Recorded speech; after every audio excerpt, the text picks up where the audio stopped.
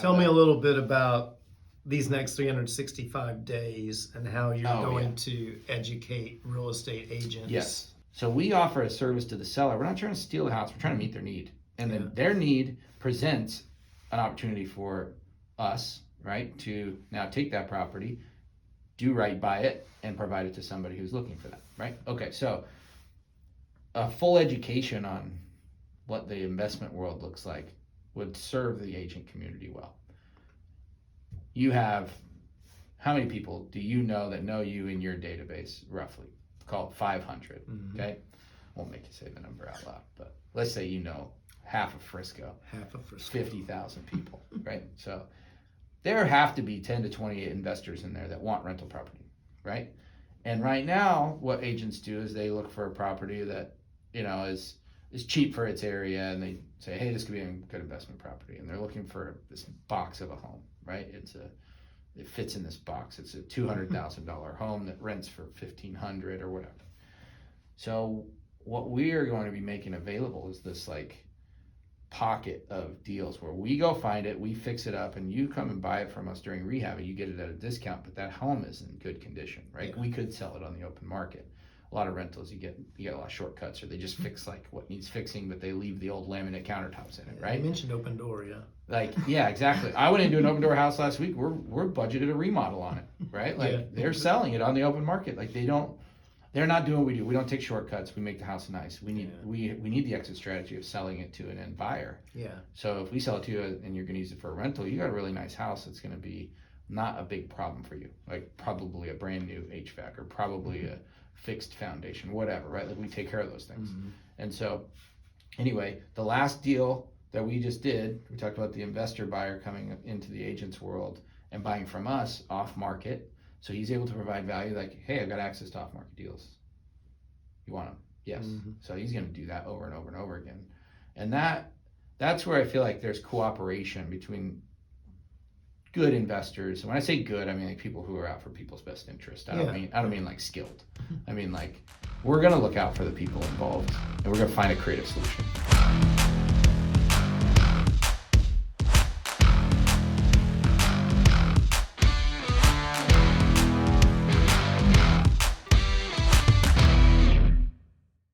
So bringing all those parts together, and within that we'll have all the other services that feed a property, or that meet the needs of a property, right? Painting or flooring, whatever. Okay. So what I've noticed as I've learned about the investment side is that nobody was talking about this. I had to go hunt it down. But I was in a community of, like I said, 1,000 plus realtors roughly that I know and that know me. And nobody talked about the investment side other than to badmouth wholesalers. And there are plenty of bad wholesalers out there who, there's no barrier to entry. If you can send some marketing, you can be a wholesaler. But there's a lot of challenges, but there's also the sleazy used car salesman exists in the wholesale world too, right? And so, so with that said, like there was not a lot of knowledge, true knowledge about how the investment world works, right?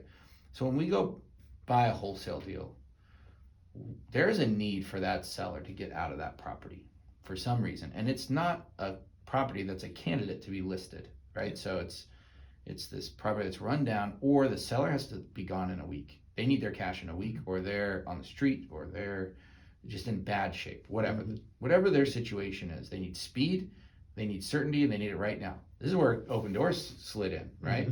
Is we'll give you an offer, we'll cover all the closing costs, and we'll close no hassle. That's what we are doing. We're just doing it more relationally, right? I don't have this hard, fast number. We get in and meet with the seller and go, well, we can do this number. That's our easiest way out. So that's where we start. But there's other exit strategies available to them, right? So we can come in and we can let them seller finance it. So, you know, it becomes a good long-term deal for us. We can definitely say we're going to flip this house and offer them a different price. And if we need to wholesale it because it's outside of our flipping box, you know. So we offer a service to the seller. We're not trying to steal the house. We're trying to meet their need. And then their need presents an opportunity for us, right, to now take that property, do right by it, and provide it to somebody who's looking for that, right? Okay, so a full education on what the investment world looks like would serve the agent community well. You have, how many people do you know that know you in your database, roughly? Call it 500, okay?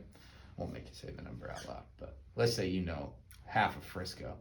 50,000 people, right? So there have to be 10 to 28 investors in there that want rental property, right? And right now, what agents do is they look for a property that, is cheap for its area, and they say, hey, this could be a good investment property. And they're looking for this box of a home, right? It fits in this box. It's a $200,000 home that rents for $1,500 or whatever. So what we are going to be making available is this like pocket of deals where we go find it, we fix it up, and you come and buy it from us during rehab, and you get it at a discount, but that home is in good condition, right? We could sell it on the open market. A lot of rentals, you get a lot of shortcuts, or they just fix like what needs fixing, but they leave the old laminate countertops in it, right? You mentioned open door, yeah. Like, yeah, exactly. I went into an open door house last week. We're budgeted a remodel on it, right? Like they're selling it on the open market. Like they're not doing what we do. We don't take shortcuts. We make the house nice. We need the exit strategy of selling it to an end buyer. Yeah. So if we sell it to you and you're going to use it for a rental, you got a really nice house that's going to be not a big problem for you. Like probably a brand new HVAC or probably a fixed foundation, whatever, right? Like we take care of those things. And so anyway, the last deal that we just did, we talked about the investor buyer coming into the agent's world and buying from us off market. So he's able to provide value like, hey, I've got access to off market deals. You want them? Yes. So he's going to do that over and over and over again.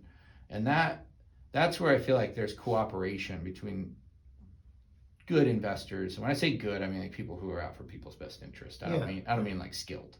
I mean like we're going to look out for the people involved, and we're going to find a creative solution. If you ever walk into a listing appointment and like you see 1970s like oak cabinets and laminate countertops, like that's probably a house we should take. Yeah. We should buy it. It needs some fixing up. Crack in the foundation, or roof needs a complete replacement. Like there's no lending company that's going to lend against that property, right? And so that's where we come in. So those are the opportunities I think that get missed a lot. And just knowing that that's a tool in the tool belt, and we obviously want to be that tool that's used, but just the whole vehicle is something that can be tapped into better. So over the next 365, my purpose in this space is to bring together the traditional realtor, right? There's plenty of creative realtors, but like the traditional realtor and the investment world, and make sure it's very obvious what the opportunities are there to bring them together. Yeah. Right. There's no MLS for off-market properties. That's why they're called off-market, right? And how do we bridge that gap? There's some people that have tried. I don't know if that's something we're going to go down, but just educating them more than anything, putting classes together. Well, I think most real estate agents, when they get into the industry, they think they're going to do all these different lanes of business, and you kind of figure out that you've got to find a niche. You better find it within 6 months. And, to be in that investment lane, looking for investment properties, it's more than a full-time job. It's expensive.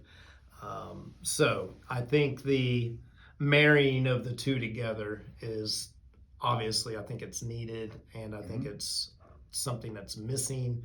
And I think it's missing because I think too many guys are looking out for that extra 20 or 30 grand that you are passing on to a relationship that's already been built. Yep. So I think that's where you're going to have the advantage, and kind of maybe change that model a little bit. I think any good business has always just been like they're going about their way, and then they realize that there's this void, right, of either of true real information, or of somebody who's been willing to take that torch and carry it and do it well.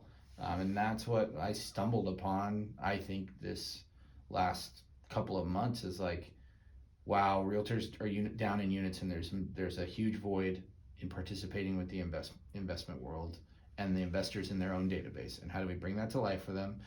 Realtors who grab onto this, their business will come back quickly, right? I think. And there's just so many misconceptions. There's wealth generating opportunities there for them too, for themselves to participate, right? Like we've got a realtor that's got some money stashed away, and they're coming along for the ride on a deal. That's available too, right? Be a passive investor. We use hard money a lot, and it's a pretty hefty rate. It's a pain in the rear, right? A lot of paperwork. And when somebody comes along and says, well, hey, I've got this much cash set aside, We say, absolutely, come along. Here's what we can do. Makes sense. It's a passive investment for them. They get a nice rate of return. We don't have to do all the paperwork. It's just bank cash in the account, and then there's more afterwards, and it's secured against property and all that. So like there's so many opportunities, and you have to get creative to think about it. And my goal is to remove the need for creativity and just shout it from the rooftops, like, hey, here's an opportunity if you want to take it. So then it's just a decision. Do I want to or not? It's not also lack of knowledge about it. And we just don't talk about it. Like the last 9 years in the real estate agent world, nobody talks about it. No. Right? They do it privately in quiet rooms, but nobody's talking about it loud. So I know you study the market. You dig deep into the stats, county, city, price point. So after digging through your numbers the first part of this year, if you were in transactional real estate like myself, what messages, what would you be doing these next 3 months? Well, for one, the interest rates are coming in, right? And that's good news for everybody that's in the real estate industry, right? You want stimulation in the market. Not necessarily always good for the buyers in the market if there's no inventory available. But there was no inventory available in 2021, but they're getting 2.25% interest rates. So yeah, you were striking out a lot, but you're now, if you finally found something, you're sitting on a pretty good interest rate that you'll never see again, in my opinion. Yeah. Right. Well, like I have a 2.25%, they'll never come back around. No. Right. Ever. No. And so like I'll probably I'll probably try to never let go of that. Right. So that presents a problem in itself. Is like, okay, do I want to sell my house and adopt this higher interest rate? Exactly, right? Yeah. So, and I have to assume that dynamic exists for a majority of the market, maybe. So next 3 months, the inventory never got to 4 months. They never got to a balanced market. It's still a seller's market, no matter. We're not even close to venturing into a buyer's market. It just cooled off. Yeah. But we were redlining for so long on inventory, less than a month inventory had to be 24 months maybe. Yeah. 18 to 24 for sure. It hasn't fully alleviated, but it feels dead. Relativity, right? Like because it's been redlined at 8,000 RPMs, 6,000 RPMs feels dead. Yeah. When really, like, that's the verge of being redlined, right? And that's went from the rave to the country club. It went from raving to two-stepping. You're still dancing. Yeah, it's still a little we're slower. not dead in the ground, right? Yeah. And so it's just a little slower in units. Prices just kind of went flat. It was probably healthy for the market and give some of these building projects that are going on a chance to get some units up. So now we're sitting on 3 months roughly, give or take a half a month of inventory in DFW. And if rates come in, I think you could see with all the jobs coming here, and like we talk about, one of the counties we're in has got 4,500 jobs coming in the next 4 years or something like that. I'm estimating. It's not ready for it, right? So if rates are incentivizing buyers, DFW, it might be the best. I think it's going to be one of the best 8-month stretches you've ever seen. In 2021, it's going to be pretty hard to beat, right? Yeah. Late 2020 into 2021. Definitely. I think summer 2020 was the crazy high volume, right? Yeah. 21 kind of just slightly, kind of did the same thing year over year, and then 2022 definitely came in with units and volume, right? I think 23, second half of 23, rates got to get under 5 or less. They do that, I think you have one of the best dollar volumes in the history again, right? Yeah. It's gonna. Well, I feel like we spent a whole 2 years talking about new record high, new record high, new record high.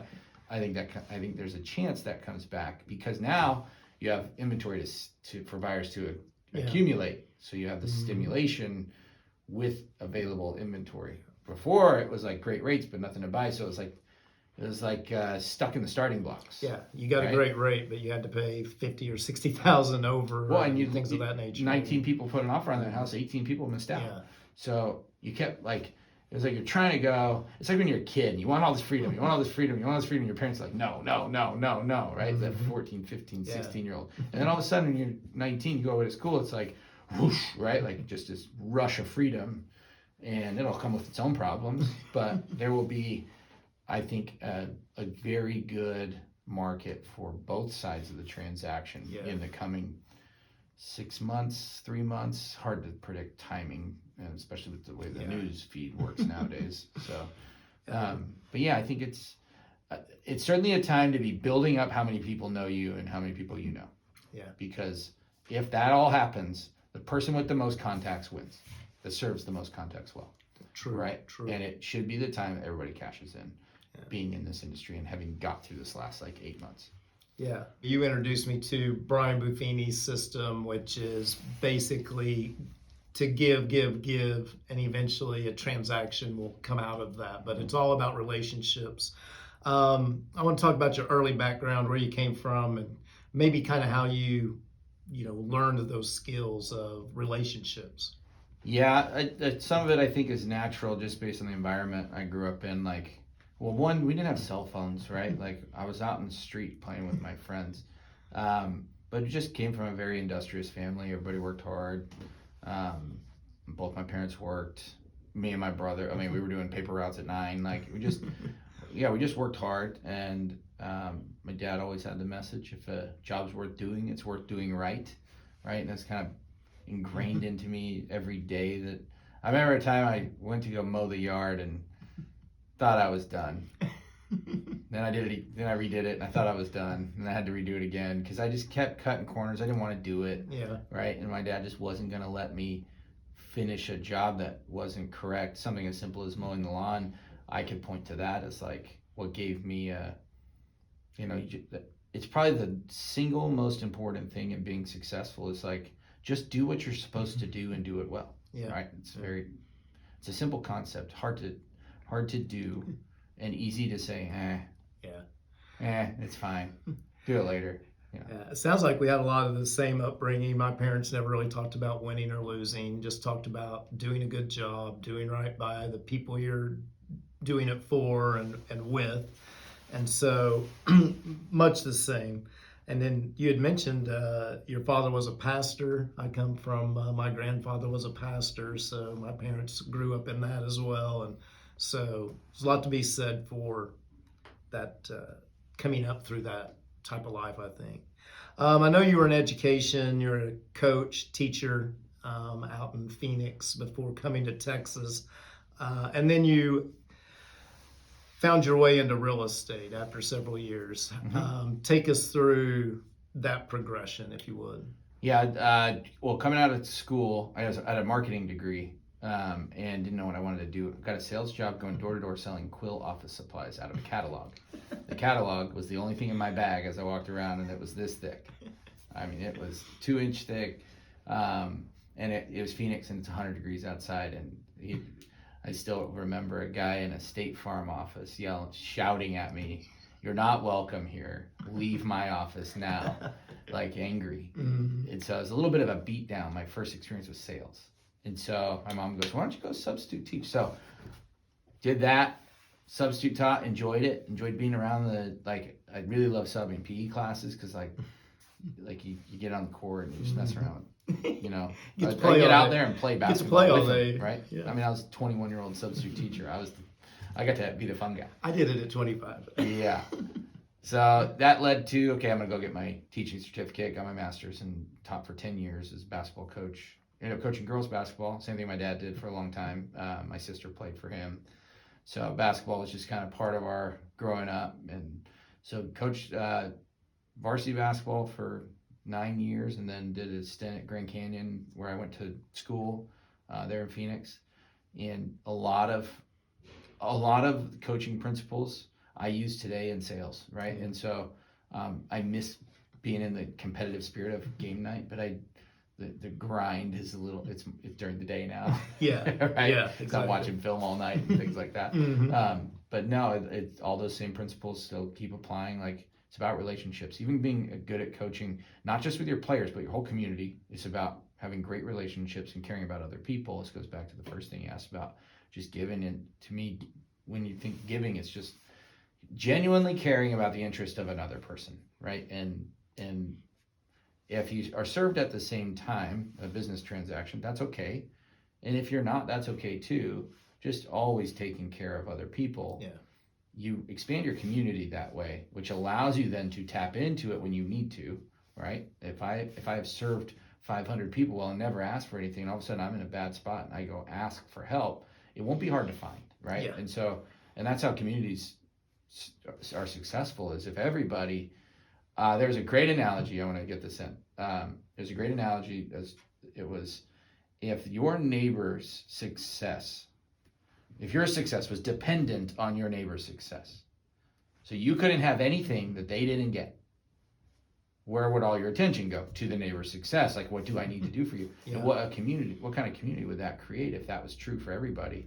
And I think if we adopted a little bit of that, right, then Yeah. and you truly see the benefit of just sowing seeds everywhere, that's where, even if it's not financial wealth success, it's still success. It's those are eternal gifts that you are going to get, right? Yeah. So I was talking earlier. I listen to Think and Grow Rich when I'm out on the road and driving around, and I was talking about the book, but rich is different things to different people. So you could think and grow rich in relationships. You can think and grow rich in wealth. You could, rich and grow in lots of things. So when we met, you introduced me to the Brian Buffini system, working off of referrals, and I believe that's kind of how you transitioned into real estate yourself. So talk to me about, how important those relationships and that building of them, Yeah. Talk a little bit about that. I mean, to me, that is sales, right? So I talked about the office supply, door-to-door sales. Like, that's not sales. Yeah. That is peddling, right? Yeah. True sales is, and his method is working by referral, right? Basically tapping into all the relationships that you have, and when they have a need, your service that you provide fills the need.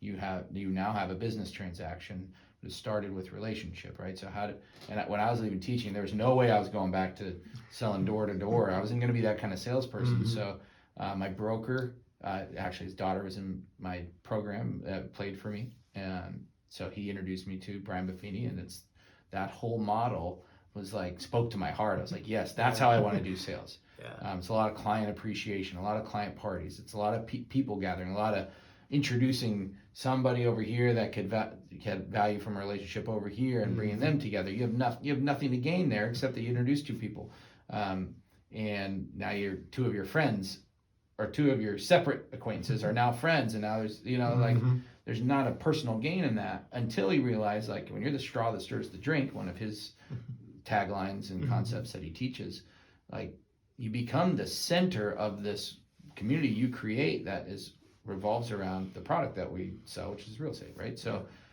it was the bridge. Working relationally in sales was the bridge from teaching to sales for me. Well, what that led to was, okay, now I'm going to go figure out how to bring value in those relationships, and a lot of market studying. I mean, I was a math teacher in my last post, and so the data of real estate has always been enjoyable to me. So I was able to, okay, how do I use what I know? Data, right? Math. I was a stats geek. Anytime I was coaching, I was always looking at the stats. And marry that to my relational sales and my real estate background. So I had a short real estate background in Phoenix before I came here in title, right? And we did 16 deals in 6 months from that Brian Buffini training. All credit to that broker. Like, I was not some great salesperson. I just knew a lot of people, and a lot of people knew me. And I did the job of telling them what I do, why I do it, right? And so I had a lot of clients that transacted with me quickly. Well, we moved across country, and I'm in the title side, and I knew 6 people in North Texas, and they were all related to me, and 3 of them had a license, right? And so now I'm in title sales and using the relational model and the things that I knew, right? And I had been in the realtor's shoes, and that was going to be my primary customer as a title rep. I needed to find ways to bring value, so I just kind of married all 3 of those things: the Buffini model, my background in math and numbers, and used that to find ways to bring value, and my marketing degree. It was kind of a perfect marriage, which led to sustained success over 8 years in the title industry. Went from rep to sales manager to COO, and now I've left that and started a separate company. And every step along the way, the upbringing, the teaching, and the experience as a realtor, and then the experience as a title rep is kind of, you can see how the blocks just start adding up and getting stacked on each other to prepare me for the company that we're started now. Gotcha. I know you've been really big into agent education and mentoring through your work with the title companies. And I know you're using that in your new venture. So let's just, I want you to take just a second to talk about, the real estate agent and the investment side world, and talk a little bit about what you see. I'm going to say education opportunities to cross those two together. Yeah, so the company that I started with, Troy Olson was my business partner. He's a realtor, and he brought me into house flipping, right? So North Texas Investment Group is the firm that we started together. We're 50-50 partners on that, and we flip homes. We started just flipping homes, and that accidentally led to having a contracting company. It's a crew now does work on our homes for us, and in that we tapped into the wholesale network, right, to find our properties. And I'll kind of work backwards to how we got to the wholesale company, but basically as we were flipping homes were not available to people that were looking. And remember, I've been serving well over 1,000 realtors in DFW, and they find out I'm flipping a home and they're like, hey, can we see it? So it's got me thinking like, okay, the last house that we just flipped, we sold it during rehab, right? 0 days, negative days on market, right? Never made it to the market. So we hit our profit goals, and we got this investor who's a client of a realtor, a deal at a discount that he's going to keep as a rental. It helped us meet our goals and faster, which is good for our business. In the investment world, speed's king, right? And so then that kind of got us thinking like, okay, that investor, we just gave him $20,000 in equity in a property that's basically new. I mean, plumbing, electrical, every inch of that house is brand new. It's been replaced or repaired, basically.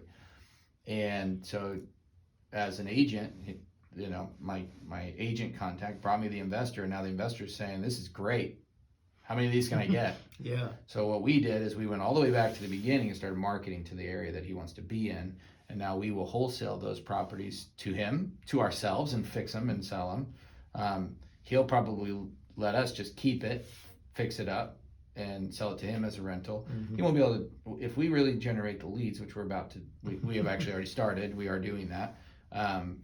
He won't be able to buy everything we have available. So now we're bringing other people into the model and all of that. So generally in times of downturn, just like you're starting your business and you're growing it during this time, real estate agents actually have a chance right now to gain market share and things of that nature. I think I read yesterday, if the interest rate went from 7 to 6%, just that 1% would bring 4.3 million homeowners back into the market, and like 1.4 million renters. Yep. And so then I start thinking, what's it do if it goes from 7 into the 5s? How many more people does that make? There's one prognosticator out there that said under 5 by the end of the first quarter. I think he's backed off on that a little bit because we're we're a month into the quarter, and we're sitting in the 6s. Low 6s. In the last 2 days. Low 6s. I know when we did our market report on Thursday, they were 6.8 to 6.3s maybe. Yeah, I can look, but I'm recording with my phone. That's right. And so anyway, you got anything to add before we jump off this time for the third time? No, yeah, I think I'll say we're buying, and I think people that have the means, this is a time to generate wealth. I listened to one guy say this will be the next, with the way the economy swings, right? Swings in the market are not good for the middle class, right? Yeah. People have a budget, they follow their budget, and they pay their mortgage and all that, right? Swings are not good. Swings increase the people at the poverty level and increase the 1%, right? And so people have the means, this is a wealth generating opportunity. And then the prognosticator said this would be the greatest creation of renters in the history of our country. I don't know if I believe that or not, but there are people talking like that, right? So if you have a chance to acquire, we're buying. We're buying everything we can get our hands on right now. That we're buying aggressively, so we're buying down the prices. We're negotiating aggressively, right? Because there's plenty of deals. So if you don't hit my number, I'm on to the next property, right? And so yeah, I think it's a good time to be in the business. I think it's time to like gather up all your ammo, right? This is pre-battle, Yeah. right? And I think if you do a good job of building that up right now, it's going to pay off. Cool. Appreciate you joining me for the Thanks for having me. 15th time. Right. Third time. Cut out 15. First time. Anyway. All right.